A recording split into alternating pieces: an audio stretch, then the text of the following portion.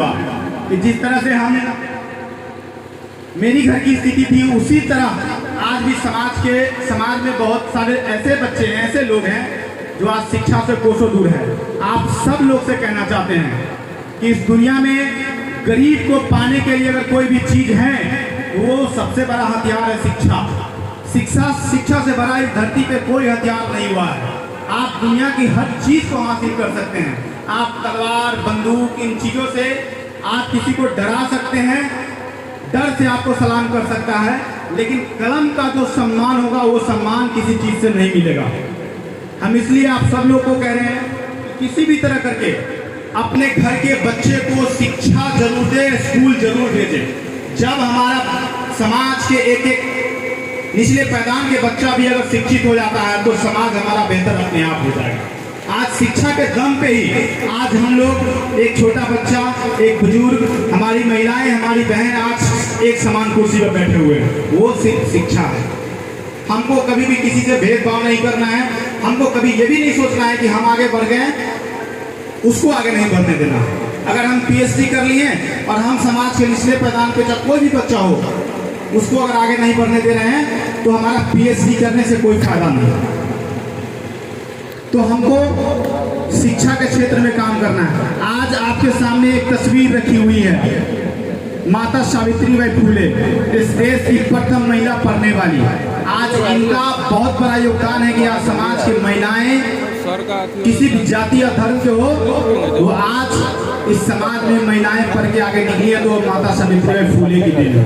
ये माता सावित्रीबाई फुले जिन्होंने इस समाज के लिए, इस समाज को आगे बढ़ाने के लिए अपने बच्चे तक पैदा नहीं किए। इन्होंने कहा कि इस समाज के बच्चे ही मेरा संतान होगा, और उन बच्चों को फ्री एजुकेशन देकर के पढ़ाने का काम किया उस जमाने में। आज से 200-250 साल पहले की बात बता रहे हैं, और 250 साल बाद हम लोग क्या कर रहे हैं। हम लोग को भी ऐसा ही नींव रखना है कि आने वाला समय में हमको भी कोई एक गली मोहल्ले में लोग पूछे, जाने कि हाँ एक समाज सुधारक थे। आज हम किसी महापुरुष को इसलिए जानते हैं कि कोई देश की आज़ादी की लड़ाई लड़ने में अपना योगदान दिया, कोई शिक्षा के क्षेत्र में योगदान दिया, कोई विवाह था उसको रोकने का काम किया, कोई बाल विवाह को रोकने का काम किए।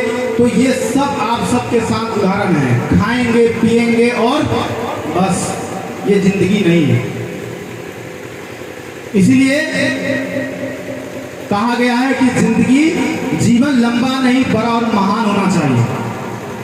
तो आपको महान की ओर कदम बढ़ाना है। कितना संपत्ति ले जाएंगे, कितना बना लेंगे, कितना घर बना लेंगे, लेकिन जिस दिन आप मरेंगे, जाएंगे इस धरती से, इस गांव से, तो आपके पास ये तय करना है कि आपके परिवार के लोग सोचेंगे कि हम जब जा रहे हैं अंतिम यात्रा के लिए, तो हमारे समाज के लोग कितने आपके पीछे पीछे चल रहे हैं। हम बीच बीच में कुछ बातें करते रहेंगे, लेकिन हम चाहेंगे पवन भाई आपको बहुत बहुत धन्यवाद, और इस गांव के एक एक व्यक्ति को, हमारी माँ बहन है, हमारे बुजुर्ग हैं, उन सबको मेरा सलाम कि आपने इस गांव में एक लाइब्रेरी का उद्घाटन करने का और नींव रखने का जो काम किए हैं वो बहुत ही काबिल तारीफ है। मैं बता दूं आप सबको, इस किताब में मेरा जो मैंने काम किया है वो इस किताब में है। पटना का कृष्ण मेमोरियल हॉल में भी बच्चों के लिए कार्यक्रम किए हैं, और झारखंड बिहार लेवल पर आज तक कभी नहीं सोचे होंगे कि बच्चों को 20 लाख रुपए का किताब निःशुल्क बांट दिया हमने। 10-10 हजार रुपए का स्कॉलरशिप दिया 50 बच्चों को। जिस बच्चे को नीड था, जिसके हाथ नहीं थे, पैर नहीं था, जो पढ़ना चाह रहे थे, अच्छे मार्क्स लाए थे, उन बच्चों को हम लोग प्रोवाइड कराने का काम किया।